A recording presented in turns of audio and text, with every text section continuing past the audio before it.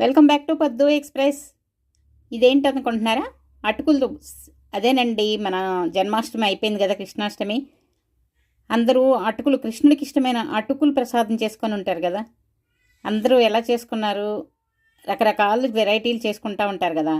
నేను కూడా చేశానండి. అటుకులతోటి లడ్డు చాలా సింపుల్గా, చాలా ఈజీగా చేసుకోవచ్చు. ఎంత టేస్టీగా, చాలా చాలా టేస్టీగా కూడా ఉంటుంది.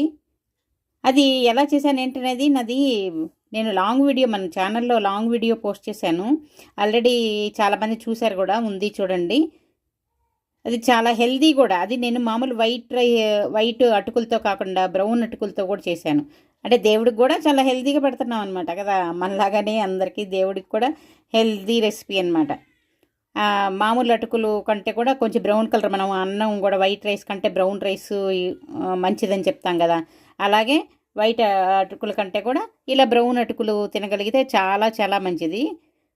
తప్పకుండా ట్రై చేయండి. మీరు కూడా ఒకసారి దీన్ని ట్రై చేసి నా స్టైల్లో ఎలా వచ్చిందో మీరు నాకు కామెంట్ రూపంలో తెలియజేయండి.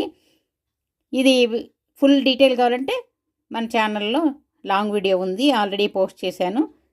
మీరు చూసి తప్పకుండా ట్రై చేసి ఎలా వచ్చిందో నాకు చెప్పండి. ఈ వీడియో మీకు నచ్చితే లైక్ చేయండి, షేర్ చేయండి, సబ్స్క్రైబ్ చేసుకొని మళ్ళీ ఇంకో వీడియోతో మీ ముందుకు వస్తాను. బాయ్.